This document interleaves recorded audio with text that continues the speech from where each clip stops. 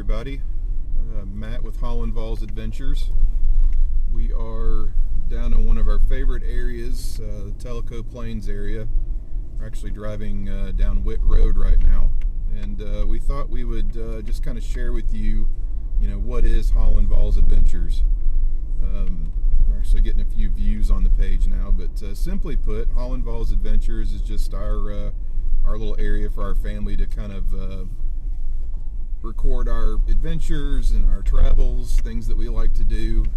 We like to spend a lot of time outdoors, so camping, fishing, taking our Jeep, overlanding, things like that. So that's pretty much what our page is about. I'll tell you what it's not about.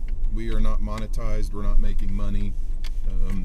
You're not going to see me pushing a bunch of products down your throat with reviews and things like that just so I can get free products.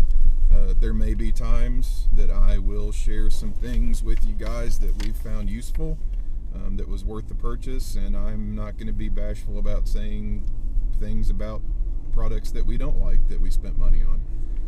So with that, we're kind of out here. Got my co-pilot Connor with me, running around the Tellico area. We're going to try to get down Witt Rd. Hopefully the rain has not got it flooded out too much where the stream crossings are. When we pop out the other side, we're going to jump on Towee Pike, I believe, and we're going to take that back over towards Reliance, Tennessee, and then on our way down to Cleveland, Tennessee. So appreciate you joining up, follow along with us, and hope you enjoy it. The area we're in right now, this is Witt Rd, and it basically comes off of 68. And it starts out, as you can see, paved, although I would not call this a maintained road. There are potholes the size of Volkswagens on this portion of the road. Eventually it will actually turn into gravel, which is somewhat maintained. There's some rutted out places. It gets a little rough in some spots, but for the most part it's passable in just about anything. There are some stream crossings, which depending on the water level and the speed, you may or may not want to travel down this road after certain times of the year. As you can see here, it's starting to turn into some gravel. The stream crossings are a little bumpy in places. It's not as smooth, but the ground is fairly packed where you're not going to be spinning out trying to cross them. And we're not talking major crossings. Usually it's around hub deep. But it's a neat area to kind of travel around if you're into to overlanding or dump camping out of your car. There are some spots to pull off and camp if you like. So it's not a bad little place to visit. You definitely need something that's high clearance for the stream crossings for the most part, but you don't need a crazy modified vehicle to do this road. Really a lot of the Tellico areas like that. It's mainly forest roads. There are some trails like Mad Dog, for example, that you can do in a stock Jeep, but some modifications do make it a little bit more comfortable and friendly. But we really enjoy the Tellico area. There's lots of great places to go camping, lots of great places to hike. The trout fishing is great. There are a lot of the streams are stocked, and it's one of the few places that you can actually use bait, depending on what time of year it is for trout. So if you got the kids with you and you want to try to make sure they catch something, it's nice that you can use bait here. But it's a fun place. It looks like we're coming up to our first stream crossing. Oh yeah. So not a big stream, but... And this is actually also an area that I see people camp at quite frequently.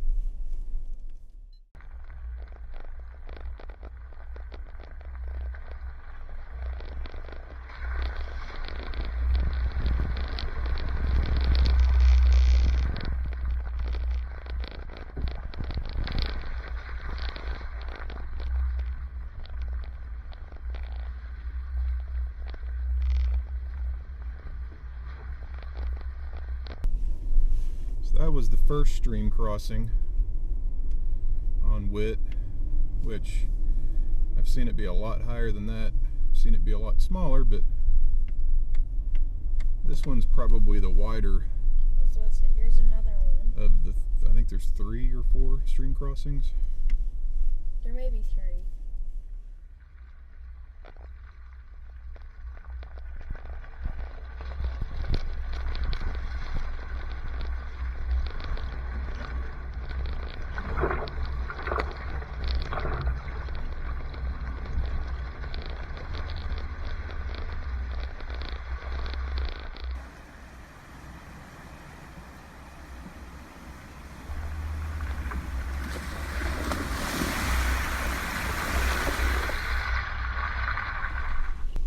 So that was the second stream crossing, which, as you can see, was quite a bit deeper than the first. That's the one you got to watch out for.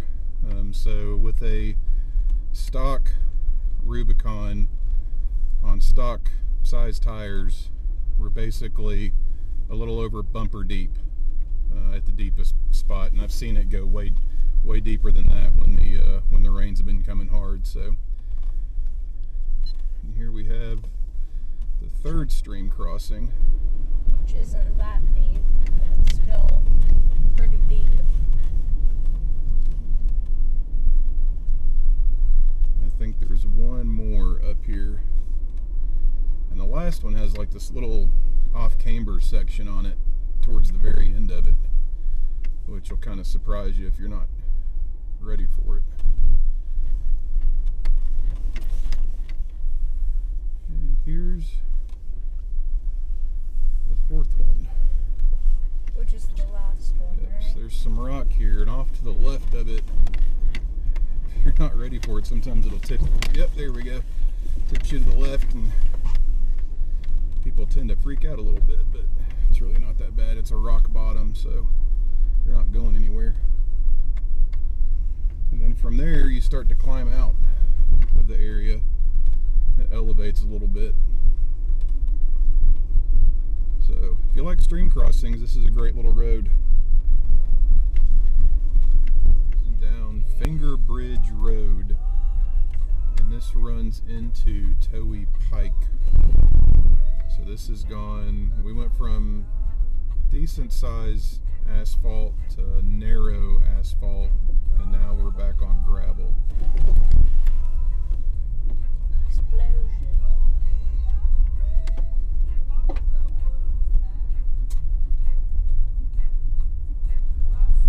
There's so many roads you can just, like I said, get something, even your cell phone, you can run something like Guyon, some sort of mapping software, and just go explore. There's so many things to get out and see, especially when you're around Cherokee National Forest, the area around Tellico Plains, in south. There's just so much that you can, explore, find, do, whether if it's something, if you guys like camping, if you like hiking, four-wheeling, if you join some groups, Jeep crew, several of the different off-road clubs around East Tennessee, a lot of them, there's some rides around this area if you feel like exploring in a group, but can't say enough about getting some sort of mapping software where you can kind of pre-plan your trip. You can, like what I'm doing right now, I'm actually recording our track. Since we've never been here before, I started recording when we dumped off the end of Witt Rd to kind of see where this takes us and what it looks like. So it's just a little extra layer of help if you find yourself turned around and get lost. There is a free version of Gaia that's okay. If it's something you just want to kind of take a peek at and just see if it's something you think will be useful, go for it. I do this subscription, and I have to say it's definitely worth it. A nice thing about it is you can actually download the maps that you want to use to your phone or tablet. And if you use a tablet, you want to make sure it's got cellular capability. You don't necessarily have to have a cellular subscription, but it needs to be capable if it's an iPad. Otherwise, you'll need to have some sort of external GPS antenna to link to it. A lot of the Android tablets, you'll just have to do some research. Some of them include the ability to for location services. A lot of them don't. But I know specifically on the iPad, it has to have cellular ability to be able to run mapping on it. But so you go into Gaia, you kind of find the maps you want to use, you download them, and then you can use them offline.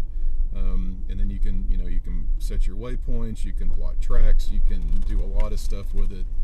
I want to say it's $30-ish some odd a year, but there's several different mapping layers that are available, anything from topo to satellite imagery, and it is really useful, especially kind of decide where you want to try to go and camp.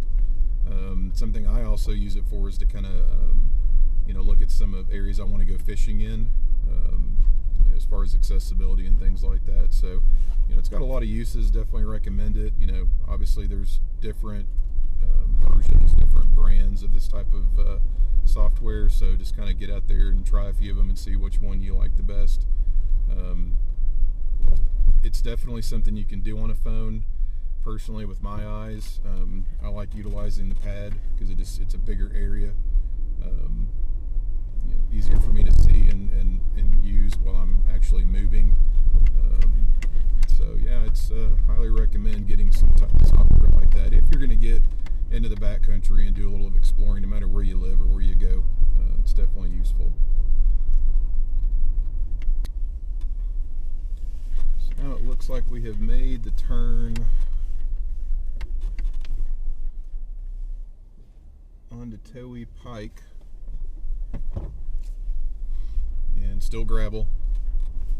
So really, with the exception of getting to Witt Rd and the mile or two between coming back out on pavement, we've been pretty much on gravel all day.